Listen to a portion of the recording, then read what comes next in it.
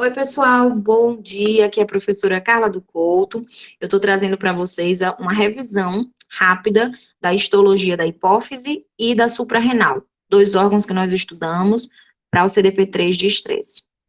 Lembrando que a hipófise, ela é uma glândula, também chamada de pituitária, principalmente pelas pessoas mais velhas.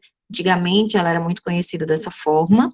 Ela está localizada na célula túrcica do osso esfenoide, unida ao hipotálamo pelo infundíbulo e na região posterior ao quiasma óptico. Ela é dividida em hipófise anterior, ou adenohipófise, e hipófise posterior, ou neurohipófise. Aqui nós vemos um destaque para a neurohipófise ou hipófise posterior, que também é chamada de pares nervosa. Nessa região nós encontramos terminações de axônios com ocitocina e hormônio antidiurético. Essa região, ela armazena hormônios hipotalâmicos, perdão. Então, a pares nervosa, ou neurohipófise, ou hipófise posterior, armazena ocitocina e hormônio antidiurético, enquanto que a pares distales, que é a porção mais distal da adenohipófise, vai produzir e armazenar outros 6 hormônios.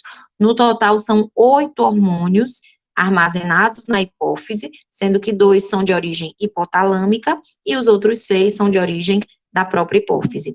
Ainda tem o pares intermédia, que é uma região intermediária, foi incorporada à adenohipófise, mas não tem um papel tão relevante assim na produção dos hormônios que nós vamos estudar. Mais de perto, o pares nervosa faz parte da neurohipófise ou hipófise posterior, e o pares intermédia, região rudimentar, composta por cordões e folículos de células, contendo pequenos grânulos, sua função não é conhecida, e o pares distalis, formado por capilares sanguíneos, poucos fibroblastos e cordões de células epiteliais produtoras de hormônios. Vamos agora conhecer quais são esses hormônios. Olha aqui os hormônios produzidos e armazenados na adenohipófise. Prolactina e GH, produzido pelas células acidófilas, que são essas células com citoplasma róseo, corados pela eosina, e as células basófilas, que produzem ACTH, TSH, FSH e LH, hormônios importantes também para a regulação de metabolismo, ovulação, né, reprodução feminina. O ACTH tem tudo a ver com o mecanismo de estresse, o eixo hipotálamo, hipófise adrenal, para a produção do cortisol.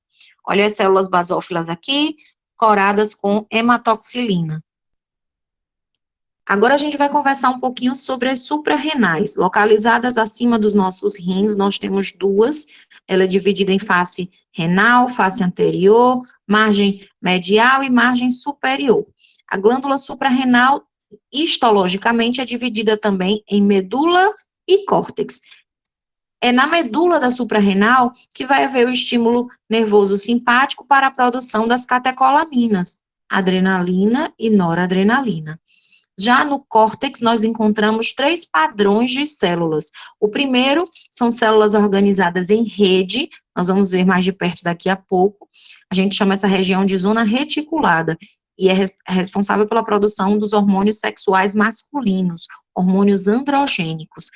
Já essa região intermediária é a região da zona fasciculada, responsável pela síntese de glicocorticoides, principalmente o cortisol. O ACTH da adenohipófise vai ser produzido lá, cai na corrente sanguínea e estimula a zona fasciculada a liberar cortisol. Por fim, zona glomerulosa, que é responsável pela produção do aldosterona, e na extremidade distal, revestindo toda a suprarrenal, nós encontramos uma cápsula de tecido conjuntivo. Mais uma vez aqui a medula da suprarrenal, responsável por produzir adrenalina e noradrenalina através de um estímulo simpático.